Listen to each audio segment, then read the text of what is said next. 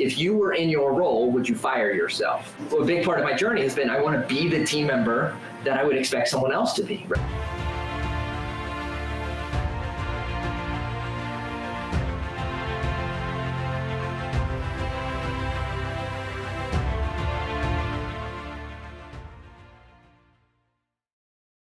What is up, Impact Heroes? Welcome back to the show. I'm your host, Rick Ornelas. Thank you for spending some time with us today because we know time's a valuable resource and we're going to make it worth your while. I appreciate each and every one of you, not just for listening, but for who you are. I know you're sparking change to make the world a better place every day, and I am humbled and grateful for your efforts. It takes all of us doing our part to spread positive change, and that's what this show is all about. Motivating you with stories of struggle, courage, and hope to empower you to make a difference in your life and the lives of others. In case you missed it. It's been a lot of the pain that has sparked me. There's nothing too much different from the craziest, grimiest person to some of the most successful people. Available everywhere you listen to your podcasts. Welcome back, Impact Heroes. Today we have the pleasure of speaking to our latest iSpark Chain social impact hero, and he is definitely an interesting one. Our guest today considers himself a basic guy doing great things with amazing people. He believes that faith and family are pillars of your identity, and I couldn't agree with that more if I do say so myself. He's an entrepreneur who's grown a very successful business with stability and purpose, and he is incredibly passionate about helping small businesses grow. He has over 10 years of experience working in the service industry, so he clearly knows how to serve, and his personal commitment is to become a leader worthy of leadership. He's someone who loves to travel, spend time with family, grow, and help others grow at the same time.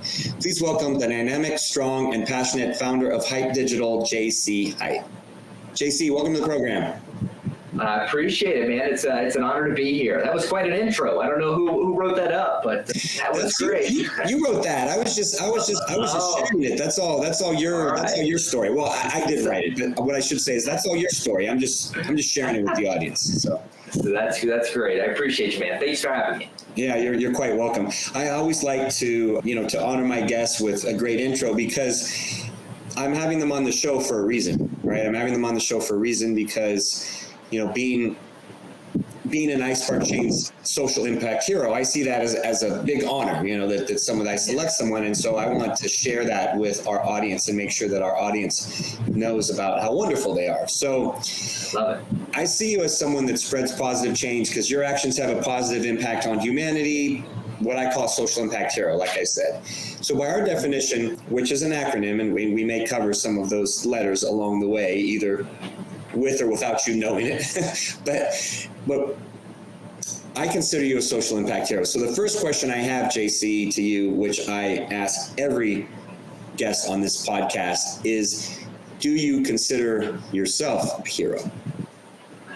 A hero, I don't know, but I believe God is really embedded in my wife and I's heart and our work, how we can serve and uplift a country. And so, as you know, we spend all of our time in the third world, and how do we create jobs and stability in a place that's typically not known for stability in every way, which is how we impact family, it's how we impact human beings, and we can really serve the world around us.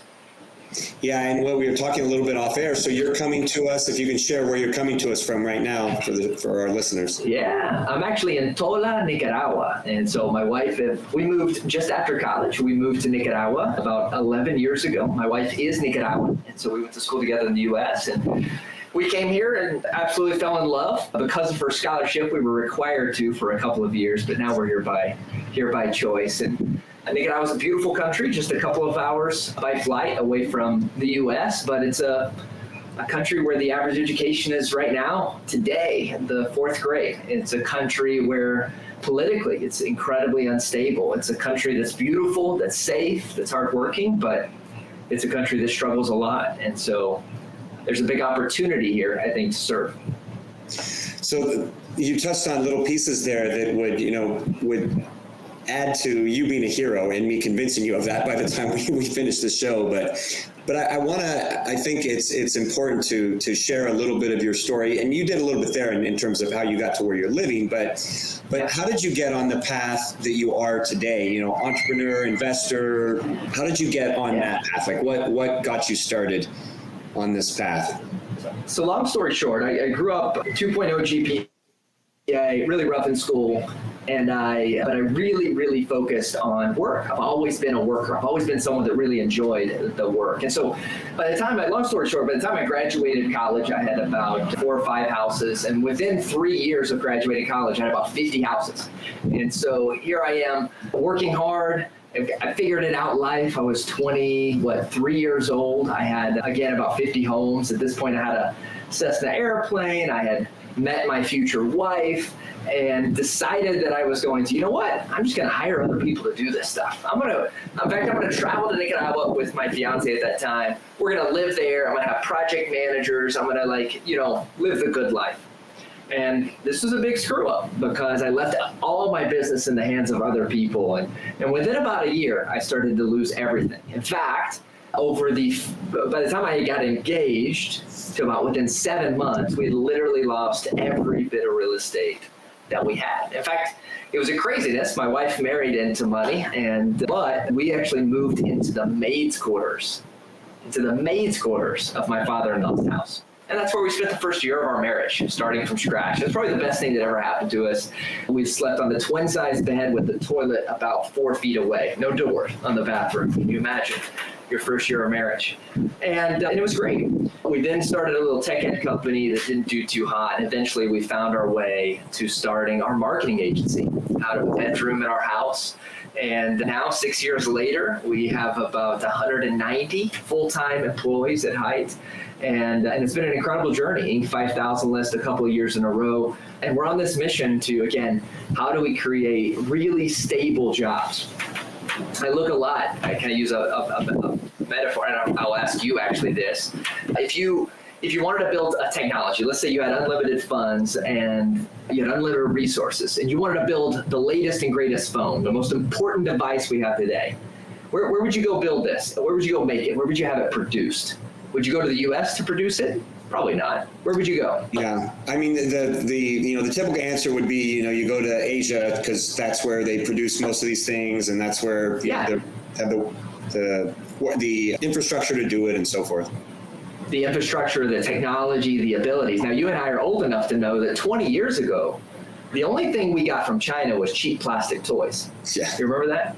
Yeah. Now, if you had the most money in the world, you would go there because it's the best place, it's the most innovative technology, all this good stuff, right? So I see a place like Nicaragua, 3.5-hour flight from the US. I'm like, man, what could we be? In the matter of just 20 years, we could go from that's the place of cheap labor to that's the place where the best creatives in the world reside. That's the place where, man, they are so intact with humanity that they understand data that they can really maximize my marketing efforts, right? And so that's what we're doing. We're down here in Nicaragua trying to find the best talent possible, trying to develop them in a way that is crazy. And then second generationally, how do we empower a generation that can send their kids to better schools, send their kids to universities, and so on and so forth. So out of that 190, or so employees, are they all in Nicaragua, or are some spread in other parts of the world, or? Yeah, so we've got about 75% of our team is in Nicaragua, and then the other 25% would be in the U.S. Wow, that's great. That's fantastic. Yeah, you truly are making an impact in that area for sure. I want to go back to something you were saying, and the story is incredible. And I want to touch on a couple things in the story because I think there's lessons to be learned there for our audience for sure about. If you think about, like Joseph Campbell, the hero's journey, it's not always easy, right? It has a lot of this. It has those ups and downs and those trials and tribulations. So first I want to talk about, because I experienced something similar when I started my entrepreneurial journey, but you started out young as an entrepreneur, far younger than I did. I worked in corporate for 20 years, so far younger than I did. And you had a significant success immediately, right? You own multiple properties off the bat. So talk a little bit about that beginning part of that journey, about that kind of, shooting way up. Because I was part of two startups where we shot up like rockets, only to come crashing down within 2 years. Similar kind of, up and down ride. So talk a little bit about that, that skyrocket up, and then you can touch a little bit more on about the way down as well. Well, like they always say, right? Like you're a success overnight, but it's really a lot of time, leading up to that to make it happen, right? And so I was very lucky. I grew up in two different worlds. On one side, I grew up with my mother that really struggled in life, trailer house most of our life, and so on and so forth. And then I had my dad, who I got the opportunity to move in with when I was 14 and live and really take after middle class. And specifically when I moved in with my dad, I got the opportunity to every day after school go hang out with my grandfather. And my grandfather was big into real estate. When I say big, I don't know, 40, 50 homes or something like this, retired, but, still working. And this it was a great, incredible thing. So every single day after school, we would go and we'd look and we'd pull out the newspaper and we'd start looking at the homes that were for sale, right? And every single day, he would always tell me, put the pencil to the paper. Okay, how much is it? Okay, well, let's do an amortization. What would it cost us? What would taxes be and insurance be? What can I rent it for in that area? Let's look up what others are renting in that area. And we'd always do the numbers. Would it work? And once a week, twice a week, we would start driving and go look at the homes, and we'd look at them and check them out and go in. At 14 years old, I'd be right beside him. And he'd always, should we buy it? Should we not? And every once in a while, we would buy one, right? And when I was 15 years old, it was just a really incredible experience. When I was 15 years old, we went to look at this house, and my granddad, we left the house, and he said, I think you should buy it. And I was like, okay, sure. Of course, I don't know any of the laws or rules. And he set it all up, and it was an incredible experience. So he set up a meeting with the bank. And so we actually went to the bank, Regions Bank. The president happened to be an elder at our church, right? So we set up a meeting. I went in, and the bank manager talked to me about the loans, talked to me about everything, printed off all the documents. Now, my granddad and I have the same name, John Hite. So I actually signed mortgage documents. I signed everything. In my mind, it was all real. Now, you and I both know it was all in his name, right? And that was my first journey of like, he made me rent the house. He made me show it. He made me, literally I had to do everything at 15 years old, right? And of course, you imagine a 15-year-old walking in with some 30-year-old or 40-year-old and going, all right, here's the second bedroom. But I grew up, I knew this stuff. And I'll never forget, even along the journey, my granddad, I would collect the rent, $600 a month. I'd make my $500 payment. I'd have $100 left over, right? And I would spend it. And then I remember one time a limb fell on my roof, right? And did you know you have to have deductibles for insurance? Yeah. I didn't know that. I'd forgotten that part, did, right? I didn't have my deductible. And so I was sweating, and my granddad was letting me sweat. And finally he was like, all right, I'm going to give you a loan for the deductible, but you got to pay me back, right? Pay him back, 6% interest on that, right? And so I started learning this trade. And then, back then it was 0%. You could buy, if you had a good relationship with a bank, you could get it 0% down, all this good stuff, right? So I had some advantages.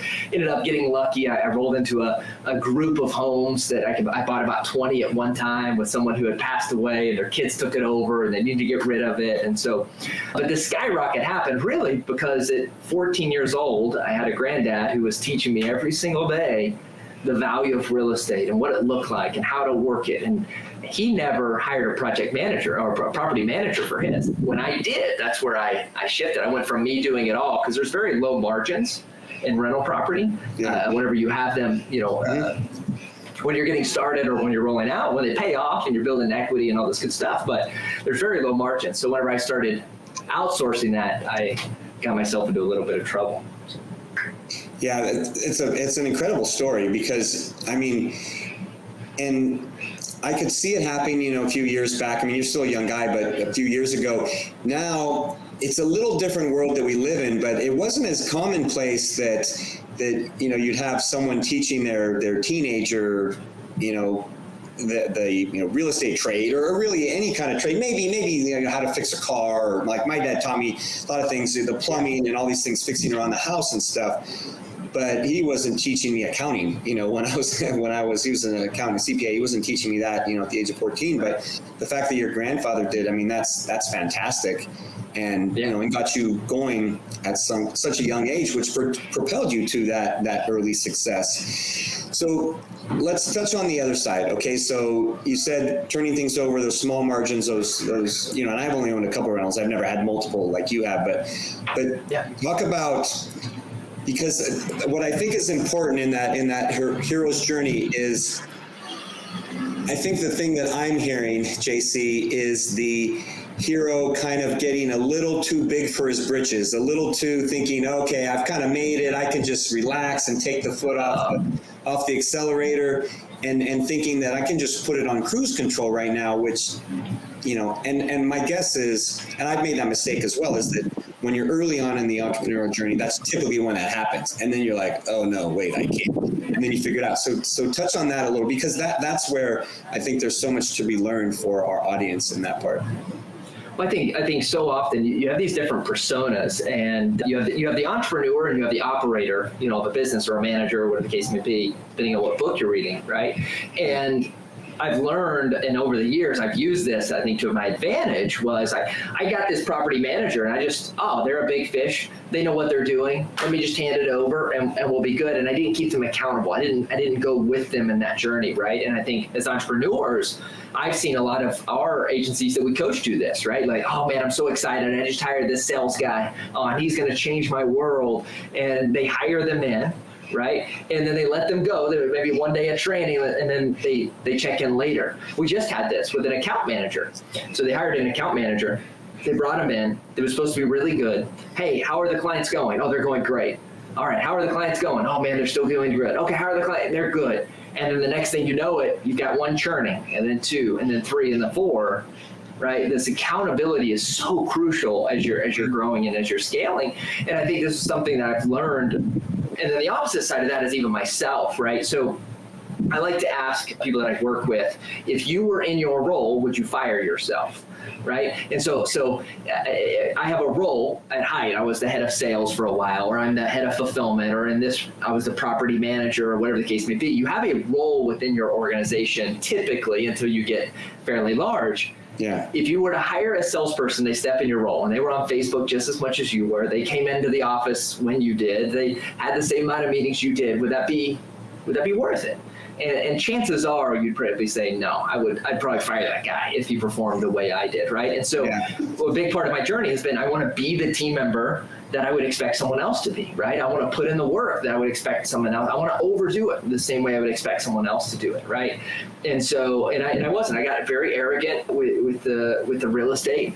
I like I said, I had a custom Harley. I had a 4-door, F-150 jacked up. I had a Cessna airplane. I had a 4,000 square foot house in Nashville with on top of the 4 bedrooms, it had a piano room, an office, and a pool table room, right? Like I was spending it just as quick as I was making it, right? And you weren't too different from the 14-year-old spending the $100 after you made the $100. In fact, I had some savings. Don't get me wrong. I was a little bit better than that 14-year-old, but not much, right? And so there's a beauty in, I had the opportunity later to work some with Dave Ramsey and some of the Ramsey group, and this is where I learned even more the power of savings. I think God was trying to teach me a lesson, and then I still didn't pick up that lesson, and now he's really kind of drilled it into my wife and I. We try not to have very much debt, if any, and kind of roll about business in a different way nowadays. Yeah, but the cool thing is, thank you for sharing that. And the cool thing is that you learned from the lesson, and you grew from it, and obviously you improved, and now you're using it to help others. So part of being a hero is as I see it, is honoring that purpose, because that purpose is what defines you. Who you are and how you show up for the world. It's the foundation for everything that you do. So what would you say is your current purpose at this point in your life? So I'm wearing my committed shirt. If you're watching it live, my commitment is to become a leader worthy of leadership, right? And why do I say that? Because my goal is to create 1,000 jobs. So I literally, not figuratively, I literally believe we have the opportunity to change a nation that we're in today. And so at 1,000 team members, for what we pay today, this is crazy, for what we pay today, at 1,000 team members, we become the highest economic provider in the country besides the government. That's crazy to me. That's crazy to me. Yeah. And so, and oh, by the way, even more crazy, I don't want to interrupt, but even more crazy is that you're really not that far away. we're not that far away, my friend. And hitting that goal. You might need compounds. It compounds because the first place right now is the beer company. Well, the beer company gets money from the poor, and all of their employees are the lowest class employees, right? They pay at the poverty line, right? So for us, we're bringing money from the U.S. and we're paying into that middle class, right? So it's a very different amount of money as well, right? On top of that, today, if you work at Hite, every single kid is on scholarship. And so every single one of our kids go to either the American school, the French school, the German school, and they go to these better schools, right? And so again, if we can get to 1,000 team members, what does that multiple look like, and how many kids we can put through top tier education? We're in negotiations right now with Harding University, which is where Karen and I graduated from. It's a Christian traditional university in Arkansas. What would it look like that if you work at Hite for 5 years, I will pay for your kids to go to college in the U.S., right?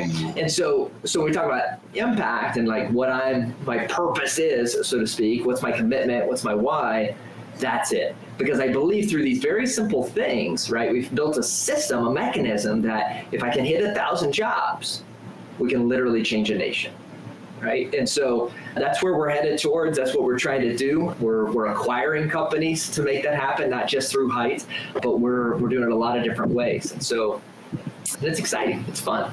Yeah, that is absolutely beautiful, JC. Thank you for sharing everything, because when you think of the impact that can have, and we always talk about on this show, we always talk about the ripple effect, that ripple effect that goes far beyond the initial act, and we'll get to more of that. But that's actually the R in the hero is you ripple that message and that purpose to spread positive change, and that's exactly what you're doing in by impacting these individuals generationally and making generational change, which in my opinion is far.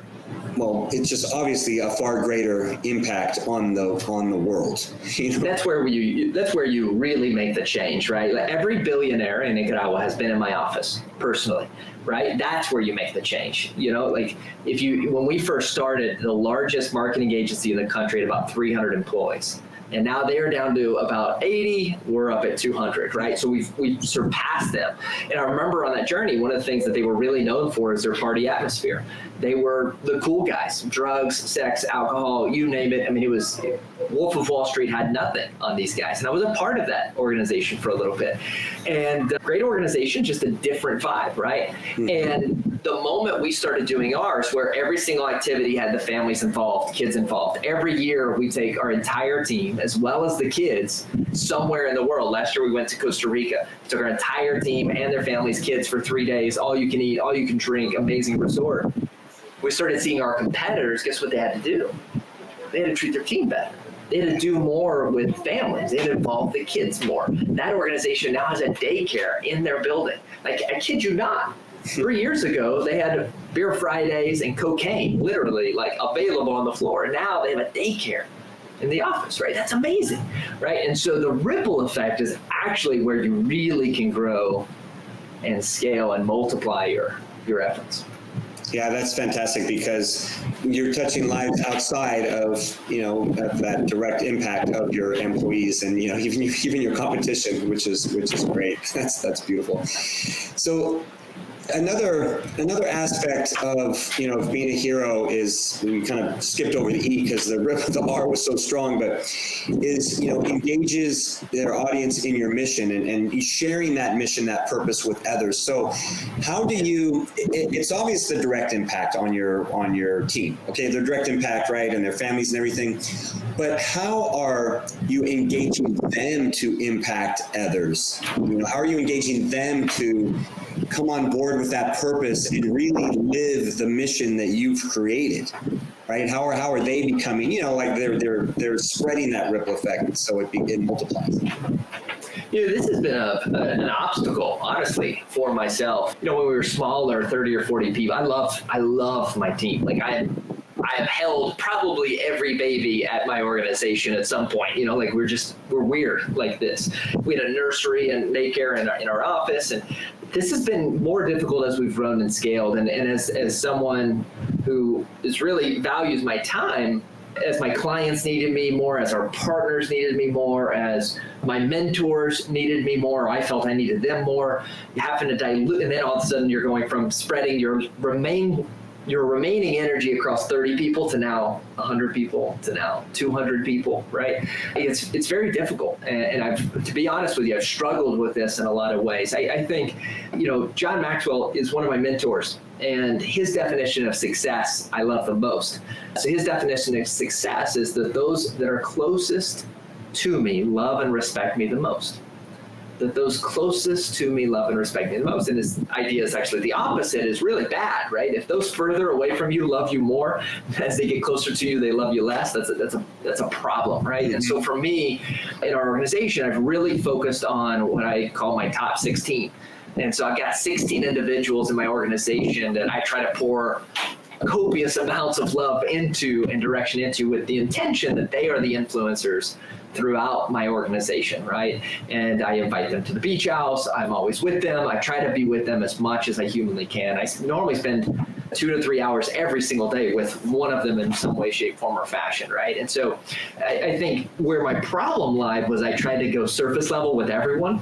And that was it's impossible, right? You can't, okay, I love you to death, man, I'm here for you. And then you get 100 people that ask you or need you in a given month. There's no more time, right? And so there was a weird phase where I had to kind of distance myself, and then I had to come back to that core group, right? And so, and I found that that's been my best way to really adhere to the mission, which is the multiples. All right, I'm going to serve 16. They got to then serve 10. They got to then serve 10, and so on and so forth. Right. Yeah, and you're working through that. You're working through those levels of leadership where you talk about being a leader worthy of leadership. You're working through those levels to where that's where I've seen the people that I've worked with and the people that I've seen have grown, organizations very big, is they get to that point where they have that firm grasp of creating leaders. So it's not just building a company or creating a company, but it's really like that 16, that you are really molding and shaping that 16 to where they're living and breathing and fostering your mission and your vision in others. And it sounds like you're working on that, you're honing that, you're becoming good at that. And, I have no doubt that you'll refine that to the point where it's really dialed in by the time you're, those 16 are, instead of, each of them focusing on a dozen people, like maybe you have 20 and they're each, focused on 100 or something like that. And they're able to, trickle out to their 16 and so forth and really learn. But when you get to those higher levels, that's where it does become challenging. I've seen it and been a part of it myself. Yeah, it's very challenging. It's probably one of my bigger struggles right now is honestly how to spread love in a way that is good and serves people. Yeah, and I think a big part of it is, obviously it's finding the right people. It's finding the right people that are going to fill those shoes, that are going to live that mission and everything. And then it's just teaching them, the things that you do to empower others, it's teaching them how to serve, how to love, how to give. I mean, that's my purpose, is love and give and serve. And so for people on my team, I mean, that's what I teach them and foster in them. And then you'll see it flourish. It doesn't always happen overnight, which, we'd always want it to, but sometimes it takes time, but it is all worth it. And you are seeing that. So that's fantastic. So one other thing I want to touch on, JC, is about, you talked about that time component, okay? And that becomes difficult for a lot of people, is that pulling of attention. And it seems like you're very intentional about your family and the importance of family and really fostering that for others and, spending time with them and that quality time and everything. So where does that desire to have family be such a strong part? Where does that really come from? Because you talked about coming from, your mom, and then you're living with your dad, and, so you didn't have the traditional kind of nuclear family, it sounds like, where you're there with your siblings and everybody, eating dinner at 6 p.m. But talk about how it's, where that comes from. Yeah, our strongest values in life normally come from something either very positive or very negative, right? And it's important to understand where they come from. So mine definitely sparked from negativity, right? So I did have a rougher childhood, and again, thank God I was able to move away from that at about 14 years old. But that's where it came from. I got to witness the differences between a loving and caring home and one that was very broken, one that had drugs and alcohol every night, and one that I don't know if my dad has ever drank, to be honest with you. I'm sure he has, but but I got to see these opposites, right? And that really became an absolute in our life. And it's probably a good thing Karen and I lost everything, because that's been a constant, is our commitment to our family. We got 2 young kids now, which is why we moved to the beach, is because we want to first and foremost be mom and dad. I don't want to be an entrepreneur that's also a dad. I want to be a dad that's also an entrepreneur, right? And so we cut off the phone. I try to cut off the phone almost every day at 5 o'clock, and I turn it back on after they go to bed. That's kind of my goal, but it's not always easy. It's actually incredible how hard it is, to be honest with you. Yeah, it is a challenge, and even more so challenging than, so it sounds like your kids are still small. I mean, my daughters, 3 girls, are all grown now, they're 20 to 23 and 26. And so it's even more challenging now than it was when they were younger, right? I didn't have all the pulls of every app and social media and everything, pulling me in different directions, people being able to have access, 24/7 and needing things. I mean, yes, there's, phones and text messages and all that then, but not to the level it is now. So I can definitely empathize that it is more challenging. And it's even stuff that, my wife and I struggle with now, because we opened a brick and mortar healthcare business just 6 weeks ago. So now we're business partners. And so that's put a whole nother strain on our relationship of, hey, when we come home, we need to put that away and not. It's totally different dynamic, totally different dynamic. So I do respect, for however much my dad worked 2 jobs to put us through private school and everything.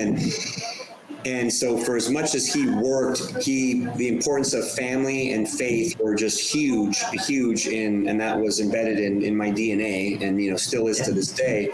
And so I've always made it a point, to spend time with family like you have. And I think it's super important in growing a business, in building a business, is that you have that foundation.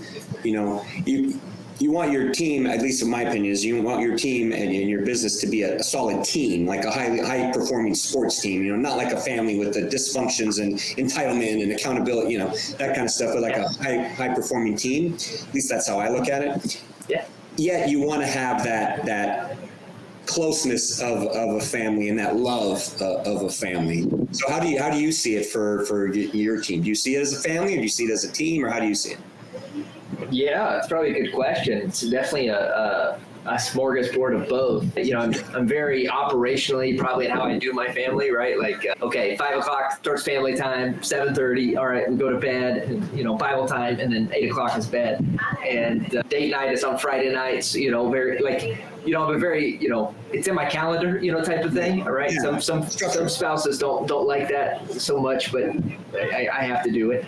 My wife and I work together. She runs one of our companies, I run the other, and they overlap in a lot of different ways. And so I'm with you. I think we run ours probably more like a team and a company than not, for sure, actually.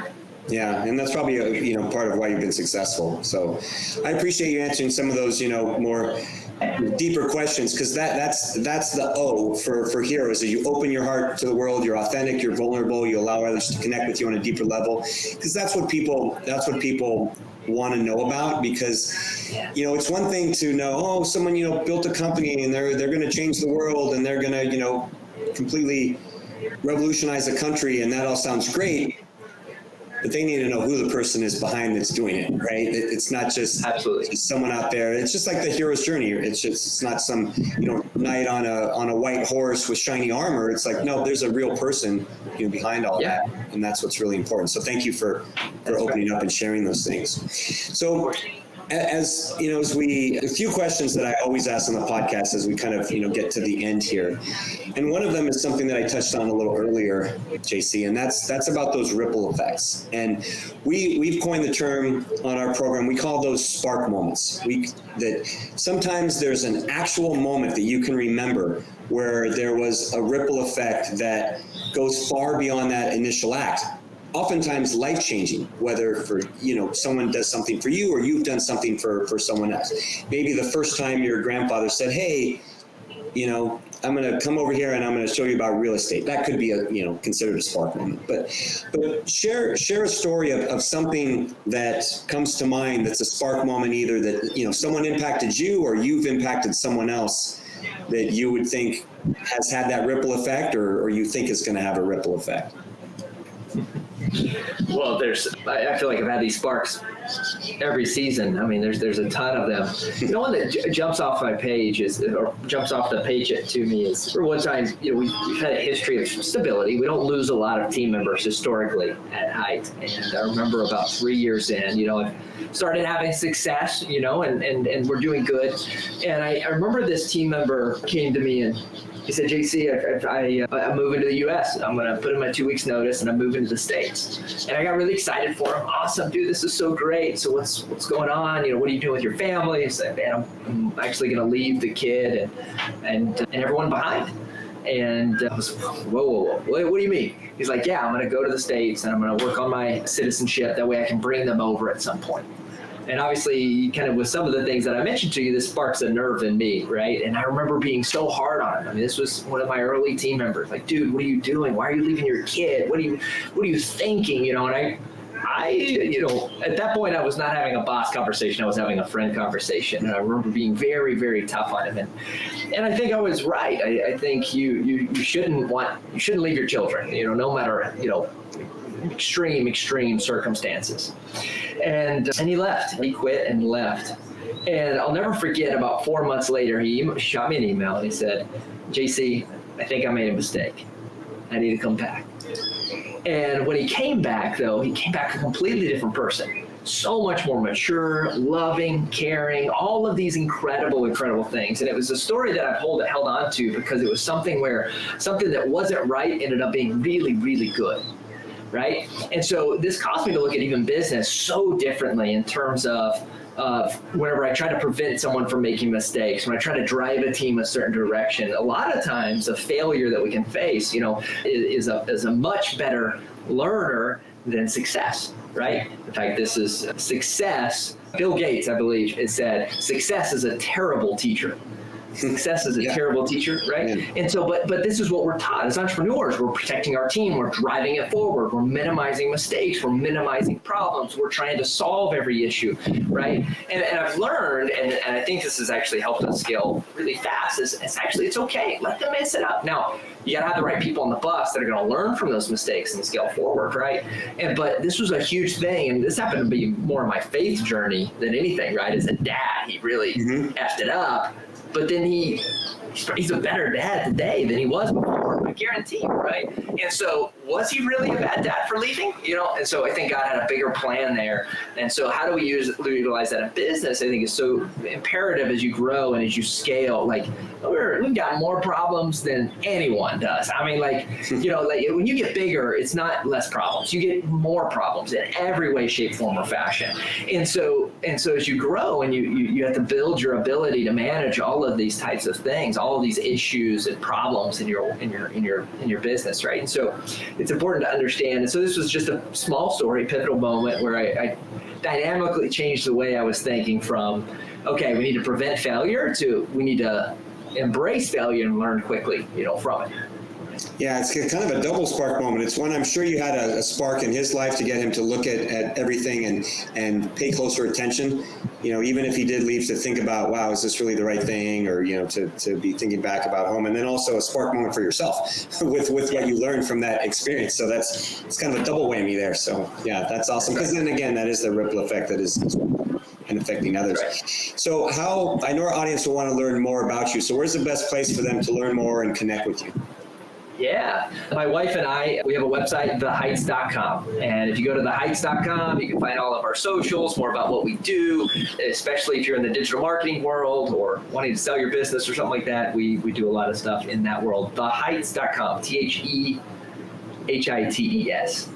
Perfect. Well, thank you so much. We'll make sure we put that in the show notes. And then final question here, JC, and thank you. It's been a pleasure and really, really cool conversation. So our goal at iSpark Change is to positively impact 1 billion people in the next 5 years. That's billion with a B, have big goals like you do, through our community and through our future social impact social media platform. Now, we know we can't do this alone. We know we need the help of impactful leaders like you to help show others the way, because a lot of people, they don't know how to go it alone. They don't know how to do it on their own. And they feel, as I did, that they're too small to make a difference.